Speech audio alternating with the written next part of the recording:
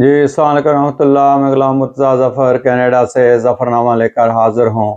تو آج پھر حالات حاضرہ پہ بات کرتے ہیں۔ ویسے تو ہم بات کرتے رہے ہیں حماس کے اور اسرائیل کے، جو وہاں ظلم و بربریت ہو رہی ہے، جو ظلم ہو رہا ہے، مگر آج پاکستان سے ایسی خبریں آ رہی ہیں کہ جس میں ہم پاکستانی سیاست کے اوپر بات کریں گے، کیونکہ وہاں کے سیاستدانوں کو اور وہاں کے ٹی وی چینلز کو تو اپنا مسالہ چاہیے، اور ان کو کوئی غرض نہیں ہے کہ وہاں فلسطین میں کیا ہو رہا ہے۔ وہ اپنے ہی انداز میں لگے ہوئے ہیں کہ کس کو اکھاڑنا ہے اور کس کو پچھاڑنا ہے، اور اپنے اپنے صوبے فتح کرنے میں لگے ہوئے ہیں۔ آج جو بڑی خبر آئی ہے وہ یہی ہے کہ جو بشرا بی بی عمران خان صاحب کی جو بیگم تھی، خاتون اول بنی، جو ان کے جو سابقہ شوہر تھے خاور مانیکا صاحب، ان کا انٹرویو جو جیو پہ شاہ زیب خانزادہ کے ساتھ آج ہوا، تو اس کی بڑی دھومیں مچی ہوئی ہیں اور بہت چہمہ گوئیاں ہو رہی ہیں۔ کچھ لوگ بڑی بغلیں بجا رہے ہیں اور کہہ رہے ہیں کہ اب تو عمران خان صاحب بس گئے کہ گئے، اور اب تو تباہی ہو گئی ہے، اب تو ان کا کچھ بچا ہی نہیں ہے۔ اور دیکھنا یہ ہے کہ ہمارے سیاستدان اور ہماری قوم اخلاقی لحاظ سے جس گہرائی میں چلی گئی ہے بے راہ روی کی، اور جو کہ اخلاقی قدریں تھیں وہ ختم ہو گئی ہیں۔ نہ وہاں کوئی اسلامی قدریں باقی رہی ہیں، نہ کوئی معاشرتی قدریں باقی رہی ہیں، اور نہ کوئی اخلاقی قدریں باقی رہی ہیں، اور جس کا جو دل آتا ہے وہ کرتا ہے۔ اور اس کے بعد جب اصل حقیقتیں کھلتی ہیں تو وہی لوگ جو ایک وقت میں کسی کی تعریف میں زمین اور آسمان کے کلابے ملا رہے ہوتے ہیں، اگلے ہی لمحے وہ ایسے ایسے بیان دے رہے ہوتے ہیں کہ لگتا یہی ہے کہ یہ جو کل بات انہوں نے کہی تھی کیا وہ صحیح ہے، یا جو آج یہ بات کر رہے ہیں وہ صحیح ہے۔ لیکن جو بھی بات ہو اس میں دیکھنا یہ چاہیے کہ کیا یہ بات جو ہم کر رہے ہیں یہ کسی اخلاقی دائرہ کے اندر جو ہے وہ آتی ہے یا نہیں۔ اب دیکھیں کہ خاور مانیکا صاحب نے جو بیان دیا ہے، جو پریس کانفرنس کی ہے، یا جو خانزادہ کے ساتھ جو پروگرام کیا ہے، اس میں ان ساری باتوں کی نفی ہے جو وہ اس سے پہلے پچھلے 4-5 سالوں میں جب سے انہوں نے بشرا بی بی کی طلاق دی اور عمران خان صاحب کے ساتھ اس کی شادی ہوئی، تو وہ بیان دیتے رہے ہیں۔ تو سچ کیا تھا؟ کیا پہلے والا سچ تھا یا اب والا سچ ہے؟ اور دوسری طرف ہم اپنے سیاستدانوں کو دیکھیں کہ ان کے کرتوت بھی کس طرح کھل کر سامنے آ رہے ہیں کہ وہ جب بات کھلتی ہے تو پتہ چلتا ہے کہ وہی لوگ جو اسلام کا لبادہ اوڑھ کر سامنے آتے ہیں اور نعرے بڑے بڑے لگاتے ہیں۔ چلو بھٹو نے تو نعرہ روٹی کپڑا اور مکان کا لگایا تھا، اس نے ایک اسلام کا کام کرنے کی کوشش کی تھی جس کی بینٹ وہ خود چڑھ گئے، مگر اور کوئی انہوں نے کوئی ایسی ریاست مدینہ والی یا کوئی بات نہیں کی تھی۔ تو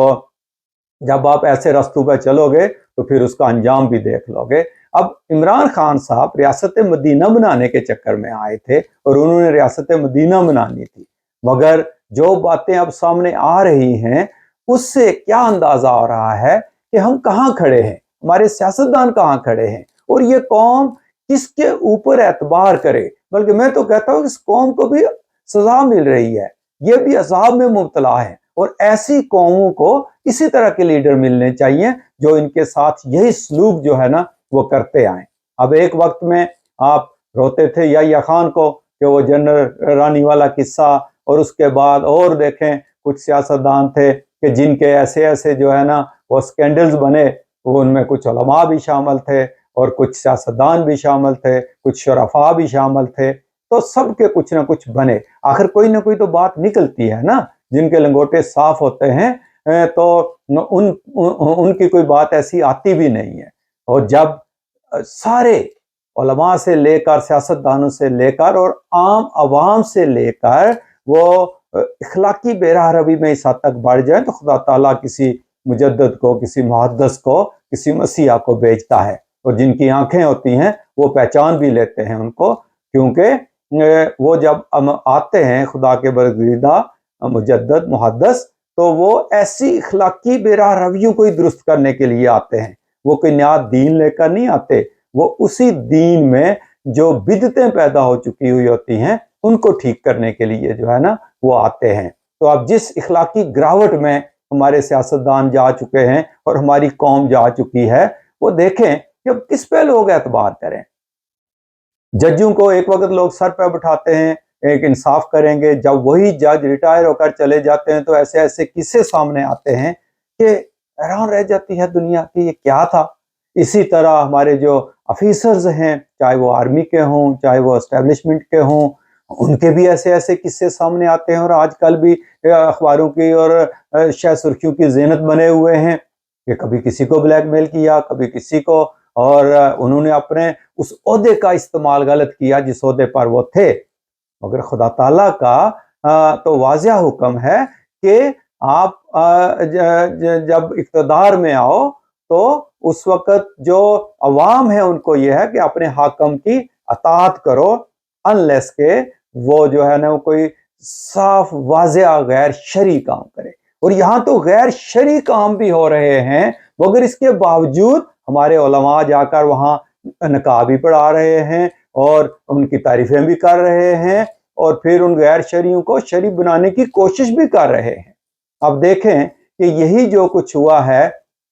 عمران خان صاحب نے کیا، ایک تو یہ کہ زبردستی کسی کی طلاق دلوانا، اور پھر جو ان کے جو فرنٹ مینز ہیں ان کے ذریعے کسی کو بلیک میل کرنا، اور پھر دوسری طرف مانیکا صاحب اتنا عرصہ پہلے کیوں نہیں بولے، وہ پہلے کیوں خاموش رہے ہیں، اور اب ان کا ضمیر جاگا ہے۔ اب یہی المیہ ہے ہمارے لوگوں کا کہ رات کو وہ سوتے ہیں تو ان کے ضمیر کئی دفعہ تو جاگتے ہی نہیں ہیں، جو مرضی ہو جائے، قتل عام ہو جائے، معصوم بچوں کا قتل ہو جائے، جو کچھ بھی ہو جائے، بالکل اس پہ بیان بھی نہیں دیتے ہیں، جو بھی ہو جائے۔ اب وہاں بے شک ایک 14 سال کا بچہ جا کر 6 بندوں کو ٹکر مار کر جو ہے نا وہ مار دے بغیر لائسنس کے اور بغیر کسی وجہ کے، تو مگر شکر ہے کہ کچھ وہاں ایکشن ہوا ہے، مگر پھر بھی عام عوام بالکل ٹس سے مس نہیں ہوتے ہیں، اور وہاں زندہ لوگوں کو جلا دیا جاتا ہے، لوگ ٹس سے مس نہیں ہوتے۔ تو ایسی قوم کے اوپر خدا تعالیٰ پھر ایسے ہی لیڈر جو ہے نا وہ لاتا ہے۔ تو اب دیکھیں کہ عمران خان صاحب نے چونکہ ایک ریاست مدینہ کا جو ہے نا وہ تصور دیا تھا کہ میں ریاست مدینہ بناؤں گا، مگر اب جو کچھ ہوا ہے، جو کچھ یہ سامنے آ رہا ہے، پہلی بات تو یہ ہے کہ کہاں یہ ہے کہ آپ ایسی پیری مریدی کریں کہ جہاں آپ راتوں کو آدھی آدھی رات کو جا کر جو ہے نا وہ اپنے پیرنیوں سے ملیں اور پھر ان کے ساتھ شادی بھی کر لیں، اور پھر آپ کے جو عملہ پھیلا ہے وہ بھی ساتھ ہی جائے اور وہ بھی جا کر ملے، اور پھر جو ہے نا وہ جو کچھ انہوں نے بتایا ہے مانیکا صاحب نے، یا پہلی بات جھوٹ تھی یا یہ بات جھوٹ ہے، مگر بیچ میں چیزیں تو ہیں نا، اون چودھری صاحب نے بھی کی ہیں باتیں، اور بھی بڑے لوگوں نے جو ہے نا وہ باتیں کی ہیں۔ تو یہ کیوں ہوتی ہیں؟ اگر آپ کے لنگوٹے صاف ہوں، اگر آپ اپنے کردار میں جو ہے نا وہ صاف ہوں، تو یہ باتیں سامنے نہیں نکلتی ہیں۔ اب دیکھیں بہت سے ایسے سیاستدان تھے کہ جن پہ کسی نے انگلیاں نہیں اٹھائی ہیں، نوزادہ نصر اللہ خان صاحب تھے، ایون مولانا مودودی صاحب کے بھی کردار پہ کسی نے انگلی نہیں اٹھائی، اگر کوئی ہوئی ہے تو مجھے علم نہیں ہے۔ اسی طرح آزاد کشمیر میں سردار عبدالقیوم صاحب تھے، ان کے کردار پہ کبھی کسی نے انگلی نہیں اٹھائی۔ کے ایچ خورشید صاحب تھے، کردار پہ کبھی کسی نے نہیں انگلی اٹھائی۔ چودھری ظفر اللہ خان صاحب تھے، ان کا کردار دیکھیں۔ اسی طرح ہمارے ججوں میں بھی جو کئی ہندو جج تھے، ان کے کردار پہ انگلی اتنی نہیں اٹھی جتنی مسلمان ججوں کے کرداروں پہ انگلی اٹھی ہے، یا مسلمان جو حاکم تھے ان کے کرداروں پہ جو ہے نا وہ ان کا کردار کیسے تھے، وہ اخلاقیات کی کس گہرائی میں جو ہے نا وہ گرے ہوئے تھے، یعنی بد اخلاقیوں میں۔ تو یہ چیزیں ہیں جو ہماری قوم کو دیکھنی ہیں کہ ہم کہاں جا رہے ہیں، اور سمت ہماری کیا ہے کہ جب یہی لوگ ان کو اپنے مفادات سامنے آتے ہیں تو زمین اور آسمان کی کلابیں ملا دیتے ہیں تعریفیں کرنے والوں میں۔ شیخ رشید صاحب کو دیکھیں، فواد چودھری صاحب کو دیکھیں، اسی طرح جو جڑے ہیں جو ہے نا عثمان ڈار صاحب جیسے اور فرق حبیب بھی، جو سارے جو جڑتے گئے ہیں خزاں کے پتوں کی طرح عمران خان صاحب سے،